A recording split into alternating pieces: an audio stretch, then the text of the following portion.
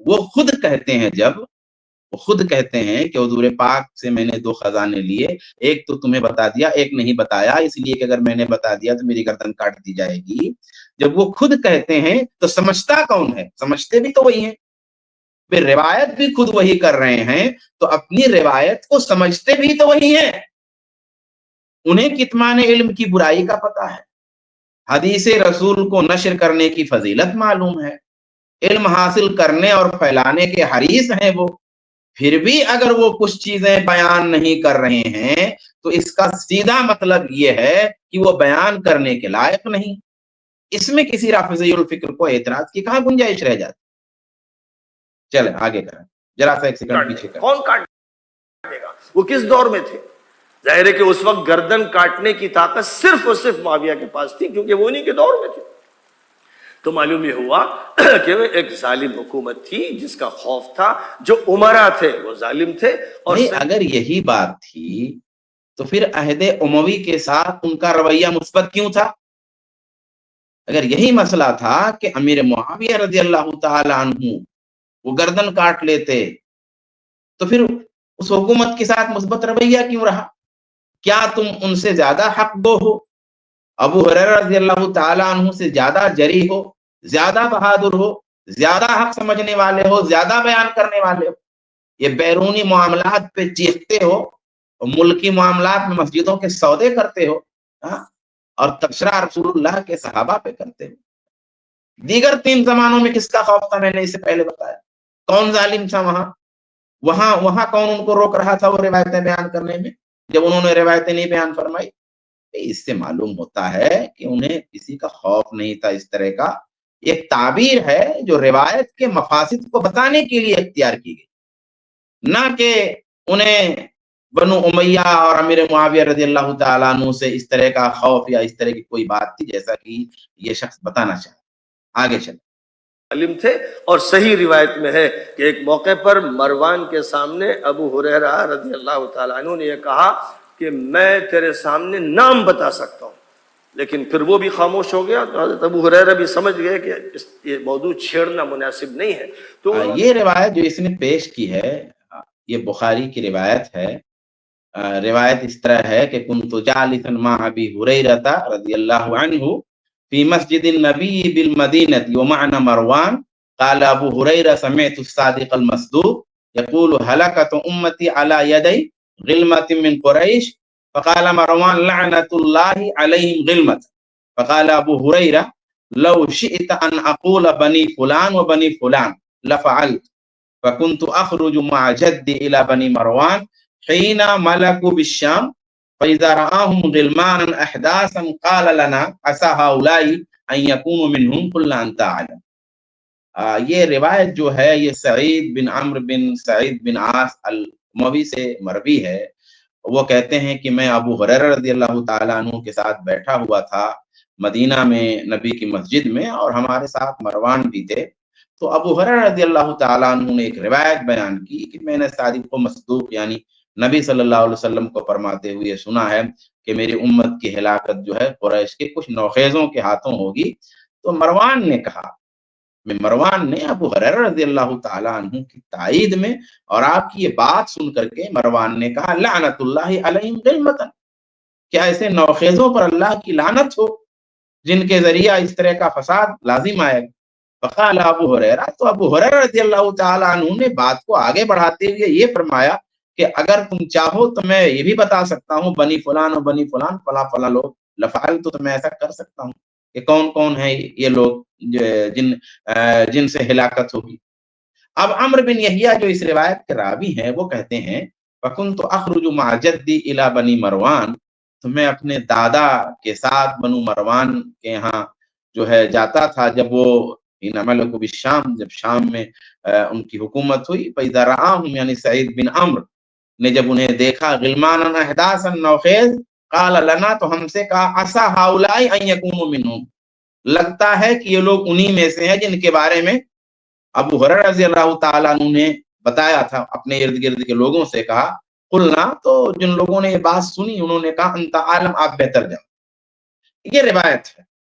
روایت یہ بتاتی ہے کہ بعض باتیں تو ابو ہریرہ رضی اللہ تعالی عنہ نے بیان بھی کی، مطلق ابو ہریرہ رضی اللہ تعالی عنہ نے کچھ بھی بیان نہیں کیا ایسا بھی نہیں، بعض باتیں بیان بھی۔ پھر اس روایت سے اگر بنو امیہ پر طعن مقصود ہے تو بھئی اس روایت سے تو صاف ظاہر ہے کہ ابو ہریرہ رضی اللہ تعالیٰ عنہ کو کچھ نہیں کہا گیا، اگر بنو امیہ اس کے نشانے پہ ہیں، اور یہ کہ وہ کسی دباؤ میں بھی نہیں تھے، کہ دباؤ میں ہوتے تو یہ بات نہیں کہتے اور انہیں کچھ کہا بھی جاتا۔ اس روایت سے جو بات کھل کے آ رہی ہے وہ یہ کہ مروان نے تو ابو ہریرہ رضی اللہ تعالیٰ عنہ کی موافقت کی، اور وہ نو عمر لوگ جو اس امت میں فساد کا سبب ہوں گے ان پہ مروان نے لعنت فرمائی۔ پھر ابو ہریرہ رضی اللہ تعالیٰ عنہ نے یہ کہا کہ اگر آپ چاہیں تو میں نام بھی بتا سکتا ہوں۔ یہ ساری گفتگو کسی بھی نگیٹو طریقے کی نہیں دکھتی، بالکل مثبت انداز کی دکھتی۔ اب راوی یہ کہتے ہیں کہ میرے دادا سعید بن عمرو نے شام میں جب نو عمر عمرہ دیکھے تو لوگوں سے کہا شاید یہ لوگ انہی لوگوں میں سے ہوں، امید کیے لوگ انہی لوگوں میں سے جن کی نشاندہی ابو ہریرہ نے کی تھی، لیکن وہ یقین سے یہ بات نہیں کہہ سکتے۔ غور فرمائی، یہاں جو بات نوٹ کرنے کی ہے کہ وہ ان کا ایک اندازہ تھا، لیکن وہ یقین سے یہ بات نہیں کہہ سکے کہ یہی لوگ مراد ہیں، کیونکہ ابو ہریرہ رضی اللہ تعالیٰ عنہ نے متعین کر کے بتایا ہی نہیں تھا۔ ایک اندازہ، ایک آدمی کوئی بات سنتا ہے نا تو اس سے ایک اندازہ کرتا ہے، ایک اندازہ لگاتا ہے، انہوں نے ایک اندازہ لگایا لیکن یقین سے وہ نہ کہہ سکے، اور یہ خبیث شخص جو ہے بڑے یقین کے ساتھ اس روایت کو اس تناظر میں پیش کر رہا ہے۔ حاضرین جو تھے انہوں نے بھی یقین سے نہ کچھ کہا نہ کچھ سمجھا، بلکہ سعید بن عمرو کی طرف احالہ کر دیا کہ آپ بہتر بتا سکتے ہیں۔ اس پر جہاں تک میں سمجھتا ہوں کہ اس حوالے سے کفایت بھائی کا خود کا ایک تفصیلی مضمون ہے جو ہے، اور اس میں اس روایت کے حوالے سے اور بچوں کی عمارت کے حوالے سے تفصیلی گفتگو ہے، اور جو اس میں مغالطات ہیں ان پر انہوں نے گفتگو کیا ہے۔ اس لیے اگر میسر ہو تو اس کا بھی یہاں لنک دے دینا مناسب ہوگا، کیونکہ ضمنی چیزیں ہیں تو میں نہیں چاہتا کہ ان میں جو ہے وقت جائے۔ اب آخری جو اس کا کمنٹ ہے اس پہ بات کر کے میں بات ختم کرتا ہوں، ویڈیو آگے چلائیں۔ تو انہوں نے حدیثوں کا ایک بڑا ذخیرہ چھوڑ دیا، یہ ان کا بیان ہے۔ اب وہ حدیثیں اگر وہ بیان کرتے تو کتنا اچھا ہوتا، جو کام مہدی بعد میں آ کے کریں گے وہ اسی وقت ہو جاتا۔ تو نبی صلی اللہ علیہ وسلم نے حدیثیں بیان کی، کسی کو حق ہے کہ حضور کی حدیثوں کو چھپائے، حضور فتنوں اور ملاحم کے بارے میں بتائیں، اور پھر اس کے بعد کوئی ٹولہ یہ کہے کہ بھئی اس موضوع کو نہ چھیڑا جائے، مشاجرات۔ ارے یہ دھوکہ ہے، یہ دھوکہ ہے، یہ فراڈ ہے، یہ جھوٹ ہے۔ اچھا ہے، جتنے جھوٹ بولنے والے ہوتے ہیں وہ جھوٹ بہت بولتے ہیں، فراڈ، جھوٹ، دھوکہ، یہ الفاظ میں نے دیکھا ہے اپنی زندگی میں، یہ الفاظ وہ بڑی کثرت سے استعمال کرتے ہیں، کیونکہ ان کے ذہن میں، ان کے عمل میں، ذہنی عمل میں وہ چیز چلتی ہے ہمیشہ۔ سچ کے الفاظ نہیں بولیں گے، جھوٹ، فراڈ، دھوکہ، کیونکہ ان کے ذہنی عمل میں الفاظ مسلسل چل رہے ہوتے ہیں۔ یہ شخص خود فریبی اور جھوٹا اور مکار ہے، اسی لیے الفاظ کثرت سے استعمال کرتا ہے۔ انہوں نے جن حدیثوں کو چھوڑا، نہیں بیان کیا، ان کے بارے میں وہ خوب جانتے تھے کہ انہیں چھوڑنا جائز ہے یا انہیں چھوڑنا ضروری ہے، وہ خوب جانتے تھے، اور اس پر ابو ہریرہ رضی اللہ تعالیٰ عنہ نے عمل کیا۔ انہیں خوب پتا تھا کہ ان روایتوں کو پیش کرنا اچھا نہیں ہے، یہ تم کہہ رہے ہو نا کہ کتنا اچھا ہوتا، وہ سمجھتے تھے کہ اچھا نہیں ہے، اور جتنا بیان کرنے اور جس انداز میں بتانے کے لائق تھا انہوں نے بتایا، جس طرح بیان کرنے کے لائق تھا انہوں نے وہ بیان کیا، وہ بتایا، اور جو نہیں بتانے لائق تھا، جس انداز میں نہیں بتانے لائق تھا، انہوں نے نہیں بتایا۔ نبی صلی اللہ علیہ وسلم نے جن سے حدیثیں بیان کی انہیں علم کے آداب بھی سکھایا، روایت کرنے والوں کو شریعت کے مقاصد معلوم تھے، وہ مزاج شناس رسول تھے، اور رسول کے اشاروں کو سمجھتے تھے، وہ جانتے تھے کس چیز میں رسول کی کیا منشا ہے۔ 1400 سال بعد کسی رافضی کی توضیح کی کوئی ضرورت نہیں، وہ خود سمجھتے تھے رسول کی منشا۔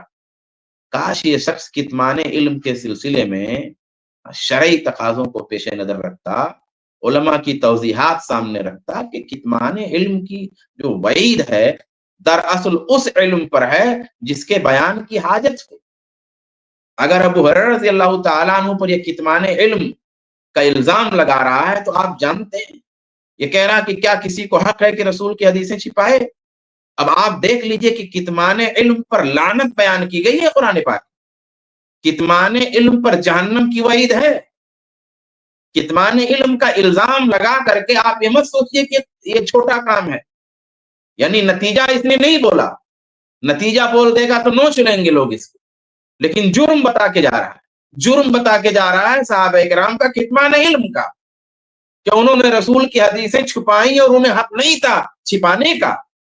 چھپائیں اور حق نہیں تھا چھپانے کا, یعنی غلط چھپایا, جان بوجھ کے چھپایا. سوال یہ ہے کہ اس پر پھر نتیجہ کیا بنتا ہے؟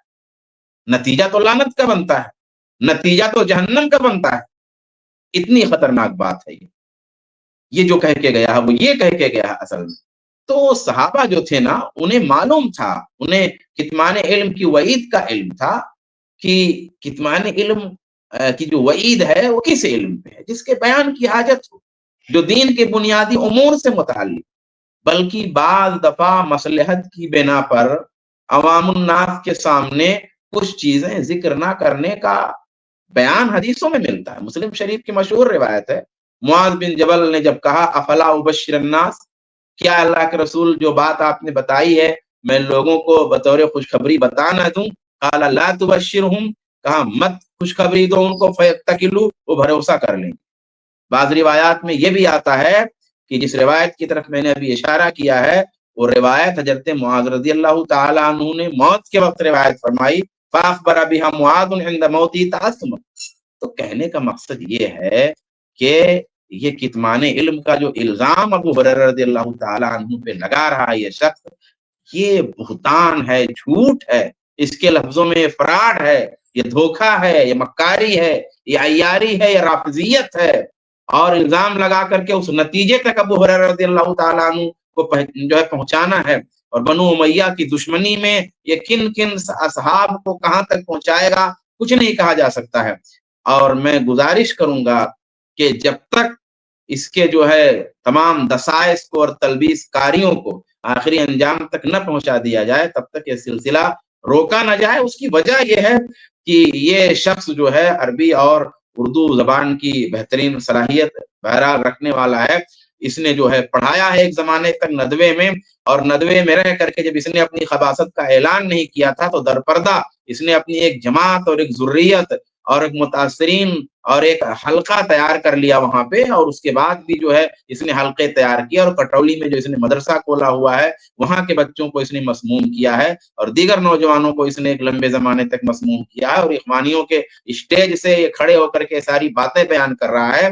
تو یہ ایک بڑے فتنے کا اس وقت بانی بن رہا ہے اور ایک بڑا فتنہ پھیلا رہا ہے. اس لیے اس فتنے کی سرکوبی انتہائی ضروری ہے اور سخت ضروری ہے. اللہ تبارک و تعالی اس فتنے کو تمام فرمائے, ختم فرمائے. آمین. والسلام علیکم ورحمۃ اللہ وبرکاتہ. وعلیکم السلام ورحمۃ اللہ وبرکاتہ. جزاک اللہ خیر شیخ.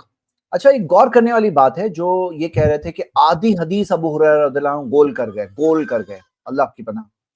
اچھا, اب یہ دیکھیے, دو حصوں کا مطلب یہ نہیں ہوتا کہ برابر ہے دو حصے, اور یہ کہنا کہ کثیر تعداد میں حدیثیں وہ چھپا لے گئے اور نہیں بیان کیے, یہ کہنا دو ٹائپ میں ضروری نہیں ہے کہ برابر ہو یا کثیر تعداد ہو.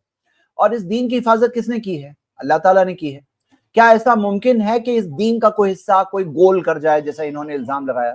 ہاں, تو یہاں پر یہ بات بالکل ایک ایسی چیز ہے کہ اس دین کے اوپر نبی صلی اللہ علیہ وسلم کے زمانے میں صحابہ اکرام کے لیے ممکن تھا, اور اس دین پر کوئی بھی ہر زمانے اور دور میں عمل کر سکتا ہے. قیامت تک اس دین کی حفاظت کرنے والا اللہ تعالیٰ ہے. جی شیخ کفایت. السلام علیکم ورحمۃ اللہ وبرکاتہ. وعلیکم السلام ورحمۃ اللہ وبرکاتہ. جی شیخ سرفراز جی بولیے. جی میں بس اتنی بات کہہ رہا تھا کہ جو چیز حضرت ابو ہریرہ نے بیان کی ہی نہیں اور وہ چیز مجہول ہے, تو کسی بھی مجہول چیز کی بنیاد پر آپ کسی شخصیت کو نشانہ بنا ہی نہیں سکتے. شریعت کا اصول ہے نا کہ آپ ظن سے کوئی بات نہیں کہہ سکتے. اللہ تعالیٰ نے فرمایا کہ تم ظن کی اور شک کی پیروی اور گمان کی پیروی مت کرو. لا تقف ما لیس لک بہ علم, جس کا تمہارے پاس علم ہی نہیں ہے اس کے پیچھے مت پڑو. ان الظن لا یغنی من الحق شیئا, ظن جو ہے وہ حق سے بے نیاز نہیں کر سکتا ہے. تو جب حضرت ابو ہریرہ نے ایک چیز بیان ہی نہیں کی اور امت کو بتایا ہی نہیں کہ اللہ کے نبی صلی اللہ علیہ وسلم کی وہ کون سی باتیں تھی جو وہ بیان نہیں کر رہے ہیں, تو وہ چیز مفقود ہے. یعنی جیسے ہم ضعیف حدیثوں کو کیوں نہیں بنیاد بناتے ہیں، اپنے دلائل اس سے کیوں نہیں اخذ کرتے ہیں، اس سے حجت کیوں نہیں پکڑتے ہیں؟ کیونکہ بھائی ضعیف حدیثوں کا اللہ کے نبی صلی اللہ علیہ وسلم سے نسبت ثابت نہیں ہوتی ضعیف حدیثوں کی، حالانکہ ان کے الفاظ پتہ ہوتے ہیں، لیکن کیونکہ ان کی نسبت اللہ کے نبی صلی اللہ علیہ وسلم کی طرف مشکوک ہوتی ہے تو ہم ضعیف حدیثوں کو بھی اپنے لیے دلیل نہیں بنا سکتے۔ یہاں تو بات ہی کہ حضرت ابو ہریرہ کے ذہن میں کیا باتیں تھیں، وہ کون سی باتیں تھیں جو وہ روایت کرنا چاہتے ہیں، وہ تو سرے سے انہوں نے بیان ہی نہیں کی۔ آپ خود اس کو تسلیم کر رہے ہیں کہ انہوں نے بیان نہیں کی۔ جو چیز بیان ہی نہیں ہوئی اس کو آپ دلیل کیسے بنا سکتے ہیں کسی کے خلاف؟ جب ہمارے دین میں ضعیف اور موضوع روایت ہے وہ دلیل نہیں بنا سکتے، جو بیان ہو گئی لیکن نسبت ثابت نہیں ہوئی۔ ایک چیز بیان ہو گئی لیکن نسبت ثابت نہیں ہوئی، جب وہ دلیل نہیں بن سکتی ہے تو جو چیز بیان ہی نہیں ہوئی سرے سے اس کو آپ کسی کے خلاف دلیل کیسے بنا سکتے ہیں؟ اور وہ بھی حضرت امیر معاویہ رضی اللہ تعالیٰ عنہ کے خلاف دلیل بنا رہے ہیں، جن کے لیے اللہ کے نبی صلی اللہ علیہ وسلم کی تعریف بیان ہوئی ہے، تعدیل بیان ہوئی ہے، صحابہ کرام نے ان کی عزت کیا، اکرام کیا۔ حضرت حسن رضی اللہ تعالیٰ عنہ نے اپنا ہاتھ ان کے ہاتھ میں دیا، ان کی خلافت پر بیعت کی۔ تو جو چیزیں بیان ہو گئی، روایت ہو گئی، جو صحیح روایتوں سے فضائل ثابت ہے، وہ فضائل تو آپ تسلیم نہیں کر رہے، اور وہ چیزیں جو بیان ہی نہیں ہوئی سرے سے ان کو بنیاد بنا کر کے آپ حضرت امیر معاویہ یا کسی بھی مسلمان شخص پر کیسے تاندراز کر سکتے ہیں؟ تھوڑی سی عقل لگائیں نا تو یہ بات سمجھ میں آ سکتی ہے انشاءاللہ تعالی۔ شیخ میں ایک سوال پوچھتا ہوں کہ ابو ہریرہ رضی اللہ عنہ تو علی رضی اللہ عنہ کے زمانے میں بھی موجود تھے، علی رضی اللہ عنہ کے بھی زمانے میں موجود تھے۔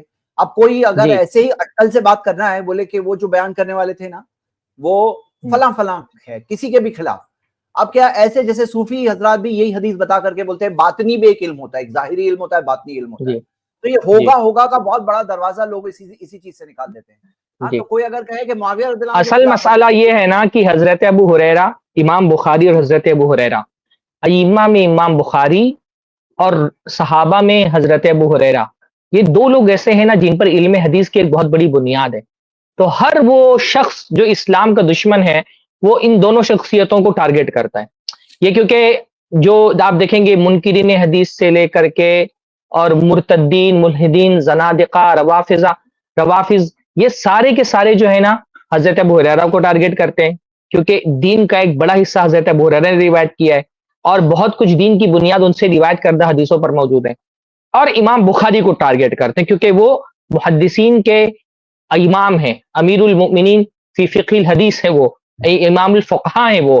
تو یہ دو لوگوں کو ٹارگٹ کرنے کا اصل مقصد ہوتا ہے اسلام کی جڑوں کو کمزور کرنا، اور خاص طور پہ اہل سنت کے، کیونکہ جو روافظ ہیں ان کیا تو ظاہر سی بات ہے یہ صحابہ ہی نہیں ان کے پاس حدیث اللہ کے نبی صلی اللہ علیہ وسلم کی روایت کرنے کے لیے صحابہ ہی نہیں موجود ہے، اس لیے ان کی جو کتابیں بھی ہیں ان کتابوں میں بھی آپ کو بہت مختصر مشکل سے 10% حدیث اللہ کے نبی سے مروی ملیں گی۔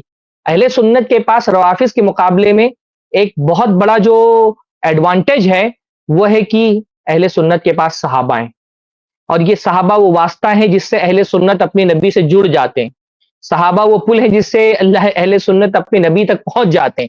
تو روافظ یہ چاہتے ہیں نا کہ اس پل کو توڑ دیں جو ان کو اللہ کے رسول صلی اللہ علیہ وسلم تک پہنچاتا ہے، اور اس پل کو توڑنا ہے تو اس پل کا جو سب سے مضبوط پلر ہے وہ ابو ہریرہ ہے۔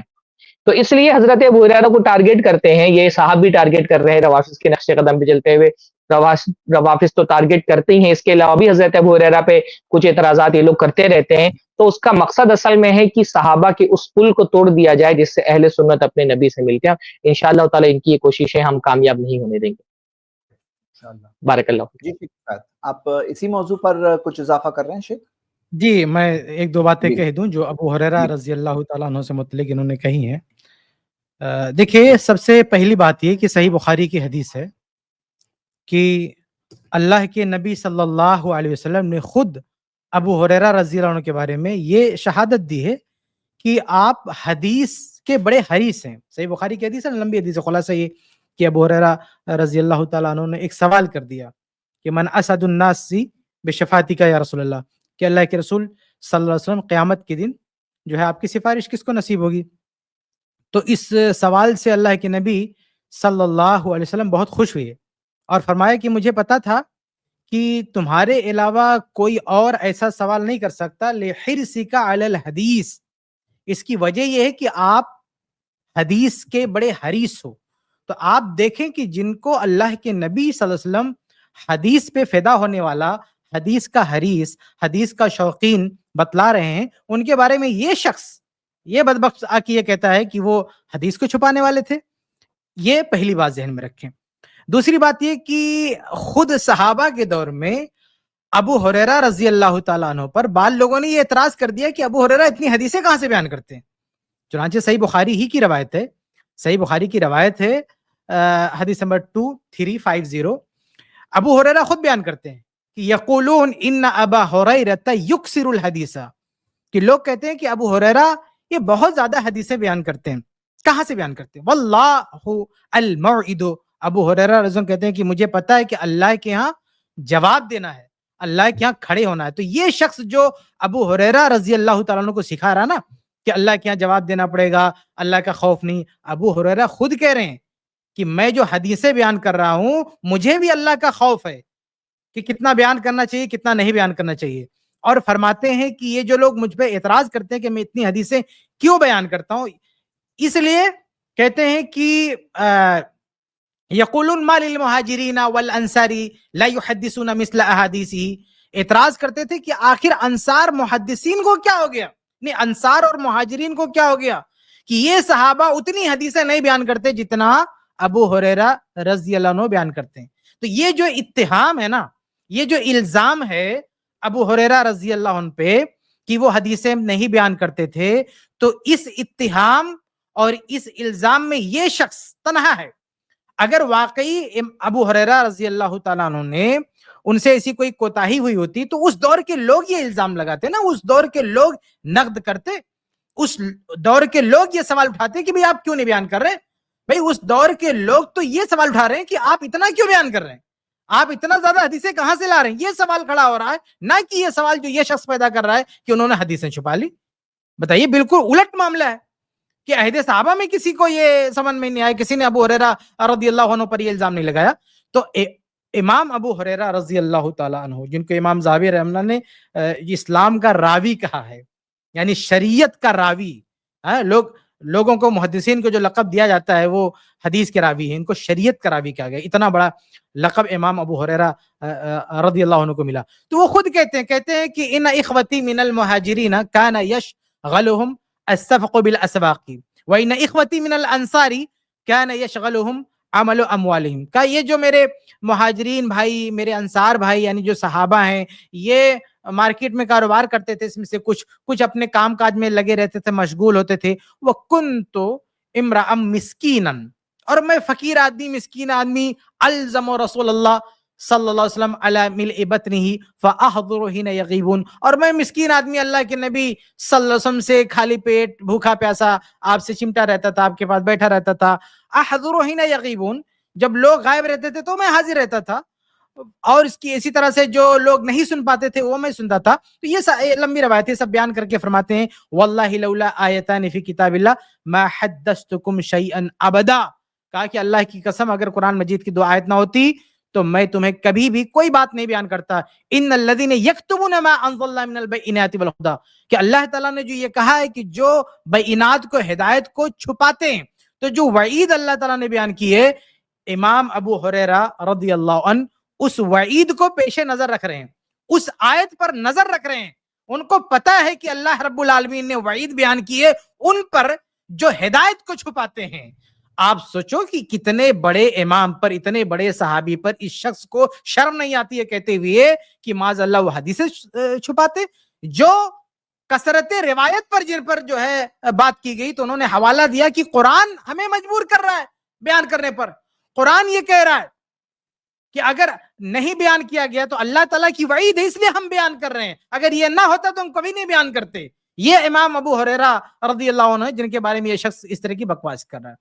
اور تیسری بات یہ ہے کہ ابو ہریرہ رضی اللہ عنہ خود ان کو پتا نا کہ ہمیں کیا بیان، جسے شیخ شعبان نے اچھی وضاحت کی کہ وہ اتنے بڑے محدث ہیں، اتنے بڑے احادیث کے جانکار ہیں، انہیں خود معلوم ہے کہ کہاں بیان کرنا ہے، کہاں نہیں بیان کرنا ہے. تو اصل میں جن احادیث کو انہوں نے نہیں بیان کیا ان احادیث کا تعلق فتنوں سے ہے، اور فتنوں سے متعلق اگر انہوں نے حدیثوں کو بیان نہیں کیا ہے تو بائی ڈیفالٹ ہم کو یہی سمجھنا ہوگا کہ وہ اللہ کے نبی صلی اللہ علیہ وسلم کی ہدایت پر ایسا کیا ہے. اللہ کے نبی صلی اللہ علیہ وسلم کی رہنمائی پر ایسا کیا ہے. اللہ کے نبی صلی اللہ علیہ وسلم کا مقصود وہ جانتے تھے. چنانچہ آپ خود صحیح مسلم میں دیکھیں, صحیح مسلم کی ایک روایت ہے نا کہ اللہ کے نبی صلی اللہ علیہ وسلم کے سامنے ایک خواب کا ذکر ہوا, تو ابو بکر رضی اللہ عنہ نے کہا کہ اللہ کے رسول مجھے موقع دے, میں اس خواب کی تعبیر کرتا ہوں, مجھے موقع دے, میں اس خواب کی تعبیر کرتا ہوں. تو اللہ کے رسول صلی اللہ علیہ وسلم فرمایا ٹھیک ہے, اس کی تعبیر بیان کرو. تو ابو بکر رضی اللہ عنہ نے تعبیر بیان کی. تعبیر بیان کرنے کے بعد پوچھتے ہیں, کیا پوچھتے ہیں؟ کہتے ہیں کہ اللہ کے رسول صلی اللہ علیہ وسلم آپ ہمیں بتائیں. کہتے ہیں کہ یہ صحیح مسلم کی روایت ہے, حدیث نمبر آپ دیکھیں گے تو 2269. تعبیر بیان کرنے کے بعد پوچھتے ہیں فاخبرنی یا رسول اللہ بأبی انت اصبت ام اخطأت, کہ آپ پر میرے ماں باپ قربان ہو, آپ بتائیں اللہ کے رسول صلی اللہ علیہ وسلم کہ یہ جو تعبیر میں نے بیان کی ہے یہ صحیح بیان کی ہے یا غلط بیان کی ہے. فقال رسول اللہ صلی اللہ علیہ وسلم اصبت بعضا واخطأت بعضا, فرمایا کہ کچھ تم نے صحیح بیان کیا ہے اور کچھ غلطی کر دی ہے. اچھا, یہ تعبیر کس چیز کی تھی؟ اس خواب کی جو فتنوں سے متعلق, یعنی اس میں جو بات بیان کی گئی تھی وہ فتنوں سے متعلق بات تھی, اس کا تعلق فتن سے تھا. تو تعبیر بیان کی, اور تعبیر بیان کرنے کے بعد کہا اللہ کے رسول صلی اللہ علیہ وسلم نے کہ کچھ تم نے صحیح بیان کیا ہے اور کچھ تم نے غلط بیان کیا ہے. پھر ابو بکر رضی اللہ عنہ نے کہا کہ واللہ یا رسول اللہ لتحدثنی ما الذی اخطأت, کہ اللہ کی قسم اے اللہ کے رسول صلی اللہ علیہ وسلم آپ کو مجھے بتانا ہوگا کہ میں نے کہاں غلطی کی ہے. قال لا تقسم, اللہ کے رسول صلی اللہ علیہ وسلم نے کہا کہ نہیں ابو بکر قسم مت دو, قسم مت دو, قسم مت دو کہ تمہیں بتانا ہوگا. اللہ کے رسول صلی اللہ علیہ وسلم نے نہیں بتایا. آپ ذرا سوچیں, آپ ابو ہریرہ رضی اللہ عنہ کی بات کرتے ہیں, اللہ کے رسول ہیں, معاملہ فتنوں سے متعلق ہے. ایک خواب دیکھے گا, خواب کا تعلق فتنوں سے تھا, کچھ حصے کی تعبیر کی, باقی کیا کہا کہ غلط ہے, کہا کہ صحیح کیا بتا دیں. اللہ کے رسول صلی اللہ علیہ وسلم نے نہیں بتایا. صحیح تھا یہ کہہ دیا کہ آپ نے غلط کیا ہے, لیکن صحیح کیا ہے ہمارے رسول صلی اللہ علیہ وسلم نے نہیں بتایا. آپ بتائیے, نہیں بتایا. تو خود اللہ کے رسول صلی اللہ علیہ وسلم کا اسوہ یہ مل رہا ہے کہ جو فتنوں سے متعلق باتیں ہیں اسے بتانا ضروری نہیں. یہی وجہ ہے کہ حذیفہ رضی اللہ تعالی عنہ جو صحابی رسول ہیں, جو اللہ کے نبی صلی اللہ علیہ وسلم کے راز کو جاننے والے ہیں, اچھا ان کو کیوں کہا گیا کہ اللہ کے رسول صلی اللہ علیہ وسلم کے رازدار ہیں؟ کیونکہ کچھ باتیں اللہ کے نبی صلی اللہ علیہ وسلم نے ان کو بتائی, اور بتانے کے ساتھ ساتھ وہ انہی کی حد تک محدود نہیں, وہ دوسروں کو نہیں بتاتے تھے. یہ شخص خود اس طرح کی حدیثیں دوسری جگہوں پہ کوٹ کرتا ہے کہ صحابی رسول نہیں بتا رہے ہیں ان باتوں کو. منافقین کے بارے میں جو بتایا وہ نہیں بتا رہے ہیں کسی کو. ایک مرتبہ عمر رضی اللہ تعالیٰ عنہ نے پوچھا کہ کیا میرا نام اس میں ہے؟ تو کہا نہیں, تمہارا آپ کا نام نہیں ہے, لیکن آپ کے بعد میں کسی کے بارے میں کوئی صفائی نہیں دوں گا. آپ بتائیے, نہیں بیان کر رہے وہ. ان پر اس دور کے کسی لوگوں نے, خود عمر رضی اللہ عنہ نے یا کسی نے بھی کچھ کہا, نقد کیا کہ بھائی کیوں نہیں بیان کر رہے آپ؟ تو آپ دیکھیں کہ اور بھی صحابہ, صرف ابو ہریرہ رضی اللہ عنہ نہیں ہیں, بلکہ دوسرے صحابہ کا بھی طرز عمل ملتا ہے کہ کچھ حدیثیں جو فطروں سے متعلق ہیں, جس کا شریعت سے تعلق نہیں ہے. یعنی ایسا نہیں ہے کہ روزہ, نماز, حج, زکوٰۃ جو دینی تعلیمات ہیں ان کا کوئی تعلق ہے ان روایات سے, فتن سے متعلق ہے, اس لیے ان کو نہ بیان کر کے کوئی شریعت کا, کوئی دین کا نقصان ہونے والا نہیں ہے. اسی لیے ایسی فتنوں سے متعلق باتوں کو خود اللہ کے رسول صلی اللہ علیہ وسلم نے نہیں بیان کیا, جیسا کہ صحیح مسلم سے میں نے دلیل پیش کی. ابو ہریرہ رضی اللہ عنہ نے بھی نہیں بیان کیا, جیسا کہ دلیل میں نے پیش کی. اور ایسے ہی, بلکہ یہ خود یہ شخص کہتا ہے ان روایتوں کے حوالے سے, ایسے ہی حذیفہ رضی اللہ عنہ نے بھی کچھ چیزیں نہیں بیان کی. تو یہ صحابہ کرام میں بھی اور بھی ایسی مثالیں ملتی ہیں. ٹھیک ہے. اچھا, ایک اور چیز یہ کہ اس شخص نے کیسے یہ طے کر لیا کہ جیسا کہ شیخ سرفراز نے ابھی بات اٹھائی کہ یہ کیسے اس نے طے کر دیا کہ اس میں یہ بات ہوتی ہے؟ بھائی جب ابو ہریرہ رضی اللہ عنہ نہیں بیان کر رہے ہیں تو بھائی تم پر کہاں سے وحی آ گئی؟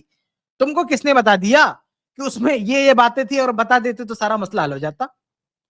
ہو سکتا ہے کہ آپ جن لوگوں کو سر پہ بٹھا کے رکھے ہیں, جن منافقین کو, جن کی تعریفیں کرتے ہیں آپ کا جو جو ہے بہت پسندیدہ لوگ ہیں جو عثمان رضی اللہ عنہ کے قاتلین ہیں یا اور فسادی لوگ ہیں، کہیں ان کا نام ہوتا تو کہیں ان سے متعلق کوئی روایت ہوتی تو فتنوں سے متعلق جن لوگوں نے دنگا فساد کیا، آتنک مچایا، اتنی بڑی دہشت گردی کہ مدینہ میں ایک خلیفہ کے گھر میں جا کے جو ہے قتل کر دیا، اگر اس تعلق سے کوئی بات ہوتی تو آپ کو کس نے بتایا؟ میں نہیں کہہ رہا ہوں کہ یہ باتیں جب صحابی نے نہیں بیان کیا تو آپ کون ہوتے ہیں یہ دعویٰ کرنے والے کہ اس میں ایسی باتیں ہوتی، بتا دیتے تو سارا مسئلہ حل ہو جاتا۔ اچھا، ایک آخری بات یہ ہے اس حوالے سے، بات بہت لمبی ہو جائے گی، کہ ابھی خود زید بھائی نے اچھا پوائنٹ اٹھایا تھا کہ علی جو چوتھے خلیفہ ہیں علی رضی اللہ عنہ، تو ان کے دور میں بھی تو ابو ہریرہ رضی اللہ عنہ تھے، تو انہوں نے کیوں نہیں جو ہے بیان کیا؟ ان کو کیا خوف تھا بھائی؟ کس سے خوف تھا بھائی؟ یہ تو معاویہ رضی اللہ عنہ کی خلافت تو بعد میں آئی ہے، پھر انہیں کس بات سے خوف تھا؟ کس بات سے خوف تھا انہیں؟ علی رضی اللہ عنہ کے دور میں تو بیان کر سکتے تھے۔ اور سب سے اہم بات، میں اس وقت میں بات ختم کروں گا، سب سے اہم بات، اگر اس تک کوئی میری بات پہنچائے تو یہ بندہ اس کا جواب دے جو میں کہنے جا رہا ہوں، کہ علی رضی اللہ عنہ اور معاویہ رضی اللہ عنہ، علی رضی اللہ عنہ اور اہل جمل صحابہ، ان کے بیچ میں لڑائی ہوئی، مجھے یہ بتا دے شخص کہ ابو ہریرہ رضی اللہ عنہ اس لڑائی میں کس کے ساتھ کھڑے تھے؟ یہ شخص کتب احادیث کو اٹھائے، الٹ پلٹ کے دیکھے، ساری تاریخی روایتیں چھان مار کے مجھے بتائے کہ فتنے کی لڑائی کے وقت صحابی رسول ابو ہریرہ رضی اللہ عنہ کن کے ساتھ تھے؟ بتائے یہ شخص کن کے ساتھ کھڑے تھے؟ کیا جنگ صفین میں معاویہ رضی اللہ عنہ کے ساتھ تھے یا علی رضی اللہ عنہ کے ساتھ تھے؟ کس کے ساتھ تھے؟ یہ بندہ ہم کو بتائے، یہ بندہ بتائے کس کے ساتھ تھے۔ اگر یہ تم کہنا چاہتے ہو کہ ان کے تعلق سے ایسی، ان کے پاس ایسی ایسی حدیثیں تھی جو بہت ہی وضاحت کر رہی تھی، ہر ایک شخص کا نام بتا رہی تھی، کون اچھا کون برا، سارا معاملہ کلیئر تھا ان کے پاس موجود احادیث میں، تو کم سے کم ان کو تو علی رضی اللہ عنہ کے ساتھ آنا چاہیے آپ کے کہنے کے حساب سے۔ حالانکہ ابو ہریرہ رضی اللہ عنہ ان لوگوں میں سے ہیں جو آپس کی ان لڑائیوں میں سعد بن ابی وقاص رضی اللہ عنہ کے موقع پر تھے، یعنی اس طرح کی لڑائیوں میں ہمیں کسی کا ساتھ نہیں دینا، بلکہ وہ حدیثیں بھی روایت کرتے تھے اس تعلق سے۔ آپ کہہ رہے کہ حدیثیں چھپاتے تھے، ارے بھائی جب مسلمان آپس میں لڑ رہے تھے جن کی آپ تعریف کر رہے ہو، اس وقت ابو ہریرہ رضی اللہ عنہ حدیثیں سناتے تھے۔ کیا حدیثیں؟ میں آپ کو ایک حدیث سنا دیتا ہوں، اس میں یہ صحیح بخاری کی حدیث ہے، حدیث نمبر 3601۔ ابو ہریرہ رضی اللہ عنہ بیان فرماتے ہیں کہ قال رسول اللہ صلی اللہ علیہ وسلم، اللہ کے رسول صلی اللہ علیہ وسلم نے فرمایا، ستکون فتن، کہ فتنے ہوں گے، ستکون فتن، کہ فتنے ہوں گے، القائد فیہا خیر من القائم، ان فتنوں کے دور میں جو شخص بیٹھا ہوگا وہ کھڑے ہونے والے لوگوں سے بہتر ہے، جو بیٹھا ہوگا وہ کھڑے ہونے والے لوگوں سے جو ہے بہتر ہوگا۔ والقائم فیہا خیر من الماشی، اور جو کھڑا ہوگا وہ چلنے والوں سے بہتر ہوگا۔ والماشی فیہا خیر من السائی، اور جو چلنے والا ہوگا وہ دوڑنے والے سے بہتر ہوگا۔ وَمَن یشرف لہا تستشرفہ، اللہ اکبر۔ یہ جو اتنا اہم مطلب حدیث دیکھیے کتنی خوفناک بات ہے کہ ان فتنوں کی طرف جو لپکے گا سراسر، وہ اس فتنہ اس کو اچک لے گا۔ یہ حدیث اصل میں جب میں پڑھتا تھا نا، کئی بار میں نے پڑھا، مجھے سمجھ میں نہیں آ رہا تھا کہ اس کا کیا مفہوم ہے، کہ اس فتنے کی طرف جو بڑھے گا فتنہ اسے اچک لے گا۔ تو وہ جنگ جمل کا وہ قصہ میں نے پڑھا، وہ واقعہ میں نے پڑھا صحیح سند سے ہو، کہ بصرہ کے جو قاضی تھے عمر رضی اللہ تعالیٰ عنہ نے جن کو قاضی بنایا تھا، تو وہ جنگ جمل میں گئے دونوں فریق کو سمجھانے کے لیے کہ بھائی لڑائی مت کرو۔ لڑائی شروع ہونے کے بعد وہ سمجھا رہے تھے، انہی کو لوگوں نے مار ڈالا۔ آپ بتائیے کہ وہ گئے تھے صلح کی دعوت لے کر لوگوں کو سمجھانے کے لیے، شہید کر دیے گئے۔ آپ سوچیں کہ کس طرح سے یہ بات ان حالات پر صادق آتی ہے کہ جو بیٹھا ہوگا وہ چلنے والے سے بہتر، چلنے والا دوڑنے والے سے بہتر، اور جو قریب جو تھوڑا سا لپکے گا وہ فتنہ اسے اچک لے گا, لپک کے اسے اچک لے گا فتنہ. تو یہ جب یہ آپ جو ہے زمین, یہ جنگی حالات جو صورتحال بعد میں پیدا ہوئی ہیں, آپ ان کو پڑھو گے تو سمجھ میں آتا ہے کہ کس طرح جو صحابہ بچنا چاہتے تھے وہ نہ صرف یہ کہ ان فتنوں سے اپنے آپ کو دور رکھا, بلکہ وہ الگ لوکیشن پہ شفٹ ہو گئے. عبداللہ بن عمر رضی اللہ عنہ, بعض صحابہ یعنی وہ لوکیشن ہی چھوڑ دیا تاکہ ہم سے کوئی کمیونیکیشن نہ کر سکے, ہم سے کوئی بات کر کے ہم کو کوئی بلا نہ سکے. تو ابو ہریرہ رضی اللہ عنہ یہ حدیثیں بیان کر رہے ہیں کہ فتنوں کے وقت لڑائی میں شرکت نہیں کرنا, بیٹھنا, الگ رہنا, اور الگ رہ رہے ہیں وہ. تو اگر یہ شخص کہنا چاہتا ہے کہ ان کے پاس ایسے حدیثیں تھی, وہ بیان کر دیتے تو بالکل سارا معاملہ کلیئر ہو جاتا, تو بتائیے کہ ان کو پھر ساتھ دینا چاہیے تھا نا. علی رضی اللہ عنہ کا نہیں ساتھ دیا انہوں نے, بلکہ حدیثیں بیان کی کہ لڑائی کے وقت جو ہے الگ رہنا چاہیے, لڑائی کے قریب نہیں آنا چاہیے. تو یہ حقیقت ہے ابو ہریرہ رضی اللہ تعالیٰ عنہ سے متعلق. اچھا, ایک اور بات کہہ کے میں ختم کروں. یہ جو دوسری حدیث اس نے کوٹ کیا نا کہ وہ کچھ اللہ کے نبی صلی اللہ علیہ وسلم نے قریش کے لوگوں کے بارے میں کہا کہ امت کی تباہی بربادی ہوگی. بھائی قریش تو ایک بہت بڑا خاندان ہے نا, اس میں صرف بنو امیہ آتے ہیں, عباسی لوگ نہیں آتے ہیں کیا؟ کیا ابو ہریرہ رضی اللہ عنہ نے یہ کہا کہ یہ کس دور کی بات ہے, کس زمانے کی بات ہے؟ ایسا تو انہوں نے نہیں کہا نا. یہ عباسی لوگوں نے کم آتنک مچایا ہے, ان کی تاریخ نہیں پتا تمہیں؟ ان لوگوں نے کیا کیا ہے؟ یہ بھی تو قریش کے تھے, یہ بھی تو اسی خاندان سے تھے. کیسے آپ نے بنو امیہ پہ فٹ کر دیا اس کو؟ کہاں اس میں اللہ کے نبی صلی اللہ علیہ وسلم نے بنو امیہ کا نام لیا ہے؟ تو جب بنو امیہ کا نام نہیں لیا, وہ خاندان بڑا ہے, اس خاندان میں بہت ساری فیملی ہے, تو آپ نے ایک کو مینشن کر کے کیسے فٹ کر دیا؟ یہ کس نے آپ کو بتایا؟ تو بہرحال کہنے کا مطلب یہ کہ ابو ہریرہ رضی اللہ عنہ پر جو اس شخص نے جو ہے زبان درازی کی ہے کہ وہ حدیث چھپاتے تھے, کتنی عجیب بات ہے کہ جس صحابی نے, جس اللہ کے بندے نے سب سے زیادہ حدیثیں بیان کی, اور یہ بدبخت کہتا ہے کہ انہوں نے حدیثیں بیان کی. اللہ اس کو ہدایت دے. اچھا شیخ, مجھے ایک بات بتائیے شیخ, کہ جو انہوں نے کہا کہ امام مہدی آئیں گے تب وہ حدیث پتہ چلے گی, تو کیا آج دین مکمل ہے؟ پھر کیا آج دین مکمل ہے یا تبھی جا کے معلوم پڑے گا, تب مکمل ہوگا؟ نہیں دیکھیے, یہ اصل میں دیکھو جو قرآن میں اللہ تعالیٰ نے کہا ہے نا, ہم نے قرآن کو نازل کیا وَإِنَّا لَهُ لَحَافِظُونَ, ہم اس کی حفاظت کرنے والے, ذکر کو نازل کیا. تو ذکر سے مراد قرآن حدیث دونوں ہے. یہ ممکن نہیں ہے کہ دین سے متعلق کوئی بھی حدیث ہو جو اللہ کے نبی صلی اللہ علیہ وسلم نے دین, جو اللہ کے رسول کو دیا گیا دین اور بتانے کی تبلیغ جو واجب تھی, وہ چیز غائب ہو جائے, چھپ جائے, یہ ممکن نہیں ہے.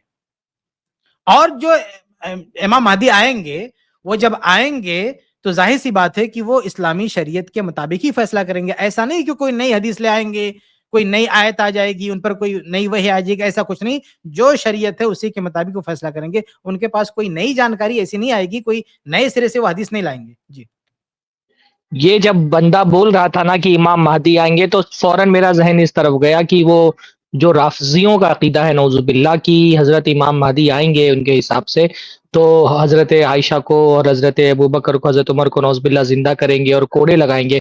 یہ تقیہ کر کے اسی طرف اشارہ کر رہا تھا, کیونکہ اہل سنت کے ہاں تو ایسا کچھ بھی نہیں ہے کہ امام مہدی آ کر کے کوئی نئی چیز کریں گے اور دین میں کوئی چیز چھپی ہوئی تھی وہ بتائیں گے. یہ تو روافض کا عقیدہ ہے. ان کے حساب سے تو قرآن بھی چھپا ہوا ہے, اور وہ قرآن بھی اصل میں جب 12ویں امام ان کے آئیں گے تب لے کر کے آئیں گے. تو یہ بالکل وہ جو ہے نا اشارہ کر رہا تھا اسی رافضی عقیدے کی طرف کہ امام مہدی آئیں گے تو بتائیں گے. اچھا, ایک بات میں یہ بھی بولنا چاہ رہا تھا کہ شیخ نے کہا نا کہ بھائی بنو عباس کے دور کے جو فتنے ہیں کیا وہ شاید کم فتنے تھے, یعنی آپ صرف ایک خلق قرآن کا فتنہ لے لیں, کم سے کم بنو امیہ کے دور میں سیاسی جنگیں تو ہوئی, لیکن اس قسم کا تو کوئی فتنہ نہیں اٹھا جس کا تعلق دین و ایمان سے ہو, کفروں سے ہو. اور عباسی دور میں جو فتنہ اٹھا, یعنی وہ اتنا بڑا فتنہ تھا, امت کے اتنے بڑے حصے کو اس نے چپیٹ میں لیا کہ امام احمد ابن حنبل جیسی شخصیت نہیں ہوتی تو یہ امت اس فتنے کے سیلاب میں بہہ جاتی. خلق قرآن کا فتنہ وہ عباسی دور میں اٹھا.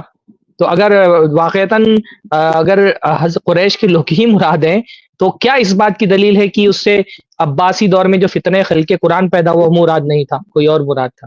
اللہ تعالیٰ لوگوں کو عقل سلیم عطا فرمائے. یہ مہدی والی بات نا, یہ میرے بھی ذہن میں, یعنی کہ واقعی اس کا اشارہ جو ہے مہدی کا بول کر کے بالکل وہی رافضیوں والے عقیدے کی جانب بھی ہے. اور یہ شخص تقیہ کیے ہوئے ہے, یہ شخص بہت ساری باتیں کہہ نہیں پا رہا, الفاظ کے ہم و پیش لا کر کے اور جھوٹ فراڈ وغیرہ الفاظ استعمال کر کے چھپا رہا ہے, لیکن کسی دن یہ کھلے گا. مگر جب کھلے گا تو بہت دیر ہو چکی ہوگی اور لوگ فتنوں کا شکار ہو چکے ہوں گے، اسی لیے اس کا رد بہت ضروری ہے اور زوردار طریقے سے۔ اچھا ایک اور چیز ہے، یہ جو حدیثیں ہیں نا کہ میری امت کی ہلاکت ہوگی قریش کے لڑکوں کے ذریعے سے، لیکن صحیح مسلم کی حدیث کیا ہے آپ ذرا دیکھیں کہ وہ معاملہ کس دور کا ہو سکتا ہے۔ صحیح مسلم کی ایک روایت ہے کہ اللہ کے رسول صلی اللہ علیہ وسلم فرماتے ہیں کہ لا یزال الاسلام عزیزا الی 12 خلیفتن، اسلام جو ہے یعنی دین یہ غالب رہے گا 12 خلیفہ تک، اور اس میں یہ بھی ہے کہ کلہم من قریش، یہ سب کے سب قریش سے ہوں گے۔ تو 12 خلیفہ تک تو آپ اس کو فٹ نہیں کر سکتے، 12 خلیفہ تک تو دین غالب ہے، اسلام غالب ہے۔ تو امت کی ہلاکت کی جو بات کہی گئی ہے وہ ظاہر سی بات ہے کہ بعد کے لوگ جن لوگوں نے شرک ایجاد کیا، بدعت ایجاد کیا، جیسا کہ شیخ سرفار نے کہا خلق قرآن کا فتنہ اختیار کیا، اور پتہ نہیں کیا کیا آتنک مچایا ان لوگوں نے۔ آپ بنو امیہ کی تاریخ پڑھیں گے تو توحید اور سنت کی نشر و اشاعت کے علاوہ ان کو کچھ آتا ہی نہیں تھا۔ بھائی جو بھی مورخ بعد میں بنو امیہ کے حالات میں لکھتا ہے، اشش کرتا ہے کہ کیا دور تھا، مسلمانوں کا کیا غلبہ تھا، سر اٹھا کے چلتے تھے وہ، بعد کے لوگوں نے کتنا ذلیل کر دیا مسلمانوں کو، کیا حالت کر دیا امت کی۔ تو جس خاندان نے، جس پریوار نے اسلام کی اتنی عظیم الشان خدمات انجام دی ہیں، اس خاندان کے جانے کے بعد تم نے کیا کیا؟ تمہاری تاریخ سب کے سامنے، تم نے کون سے تیر مارے سوائے شرک و بدعت ایجاد کرنے کے، کفریات پھیلانے کے، اور مزار بنانے کے، اور سبیلیں لگانے کے، اس طرح کی حرکتیں کرنے کے علاوہ تم نے اور کیا کیا؟ کیا دیا امت کو؟ بنو امیہ نے جو دیا ہے تم نے کیا دیا اس کے مقابلے میں؟ اور کہتے ہو کہ یہ حدیثیں ان پر فٹ ہوتی ہیں، تو فٹ کرنا تو لے جا کے ان پہ بھی فٹ ہو سکتی ہے، جو ان کا تعلق بھی قریش کے ساتھ تھا، ان لوگوں نے کتنی بدماشیاں کی ہیں، یہ آپ کو تاریخ میں نظر نہیں آتا؟ اس میں ایک اور بات بتانا چاہتا ہوں، جو انہوں نے کہا کہ 2 حصے دین کا، آدھا دین یعنی آدھا دین نہیں، یعنی آدھی حدیثیں گول کر گئے۔ ابو ہریرہ رضی اللہ عنہ نے بہت ساری حدیثیں بیان کی، ہاں بہت ساری حدیثیں بیان کی۔ اب دیکھیں یہ حدیث کے اندر آپ غور کریے، یعنی یہ کہاں سے استدلال کر رہے ہیں؟ یہ استدلال کر رہے ہیں اس کے اندر جو یہ الفاظ ہیں نا، ویعین، 2 برتن، تو 2 برتن سے وہ کہہ رہے ہیں یعنی کہ آدھی حدیثیں نہیں پہنچی، ایسا کہہ رہے ہیں۔ اب اس کے اندر اگر آپ غور کرو کیا مسٹیک ہے، میں آپ کو 3-4 مثالیں دے کر بتاتا ہوں۔ پہلی مثال اگر کہیں کہ دنیا اور آخرت 2 چیزیں ہیں، دنیا ہے اور آخرت ہے، تو کیا اس کا مطلب یہ ہے برابر برابر؟ یعنی کہ آپ یہ بات دیکھیں کہ ابو ہریرہ رضی اللہ عنہ جو اتنی ساری حدیثیں بیان کر رہے ہیں، تو وہ کہہ رہے ہیں کہ آدھی حدیثیں نہیں بیان کی، ہاں آدھی حدیثیں گول کر گئے۔ کس بنیاد پہ کہہ رہے ہیں؟ کیونکہ 2 ویعین، 2 برتن کا ذکر ہے۔ اب 2 برتن کا ذکر ہے، وہ کیا کہہ رہے ہیں کہ بہت ساری حدیثیں نہیں پہنچی، بہت ساری حدیثیں ابو ہریرہ نہیں بیان کی۔ تو میں آپ کے سامنے بات یہ کہہ رہا ہوں، ضروری نہیں ہے کہ 2 ہے تو برابر برابر کے 2 ہے تو ضروری نہیں ہے کہ برابر برابر کے 2۔ جیسے ہم کہتے ہیں نا کھانے میں 2 انگریڈینٹ ہے، چاول ہے، نمک ہے، اب ضروری نہیں ہے نمک اور چاول برابر برابر ہے۔ یا کوئی کہے کہ میں تمہیں کمپیوٹر استعمال کرنا سکھاؤں گا اور ڈاکیومنٹ سیو کرنا سکھاؤں گا، اب سیو کرنا سیکنڈز کا کام ہے، استعمال کرنا سکھائیں گے زیادہ ٹائم لگتا ہے، کہ ورڈ میں مائکروسافٹ ورڈ سکھاؤں گا استعمال کرنا، اور ڈاکیومنٹ سیو کرنا بھی سکھاؤں گا، 2 چیزیں سکھاؤں گا، تو ضروری نہیں برابر ہو۔ ہم لوگ دینی اعتبار سے دیکھتے ہیں 2 ٹائپ کے لوگ ہوتے ہیں، سچے اور جھوٹے، اب ضروری نہیں دونوں برابر ہو۔ یا جیسے ہم نے دیکھا کہ دنیا اور آخرت، اب دنیا ہے، نبی صلی اللہ علیہ وسلم نے کہا دنیا اتنی ہے جیسے انگلی سمندر میں ڈالو کیا لے کر آئے گی، اور آخرت کیا ہے جو سمندر بچا وہ آخرت ہے۔ تو یہ اس چیز سے کہے کہ آدھا دین محفوظ نہیں ہے، یہ حدیث کو دیکھ کر کے آدھا دین محفوظ نہیں ہے۔ اب یہ کیا ہے نا، آپ کو سمجھنا ہے بات کیا ہو رہی ہے۔ دیکھیے شیعوں کا کیا معاملہ ہے، وہ کہتے ہیں کہ 12 امام آئے، اللہ کے رسول صلی اللہ علیہ وسلم کے بعد 12 امام آئے اور وہی کا سلسلہ جاری رہا۔ اب یہ ساری چیزیں تو کہیں ہے ہی نہیں، 12 اماموں کا نام قرآن میں نہیں ہے، ہاں کہیں نہیں ہے، صرف ایک صحابی کا نام ہے۔ اب یہاں دیکھیے کہ یہاں سوال کیا ہے کہ وہ 12 اماموں کا تو نام نہیں ہے، تو اس لیے انہوں نے ایک چیز انوینٹ کی کہ قرآن کا ایک بہت بڑا حصہ ہے جو آج محفوظ نہیں ہے، جو امام مہدی کے پاس ہے۔ اب یہ حدیث کے تعلق سے کیا کہہ رہے ہیں، انہوں نے یہ کہہ گئے کہ ابو ہریرہ نے بہت بڑا حصہ چھپا دیا۔ اب پہلے تو بہت بڑا حصہ کہنا یا آدھا، جسے 5000 حدیثیں بیان کی تو اور 5000 چھپا دیے، اس کی کوئی دلیل نہیں ہے۔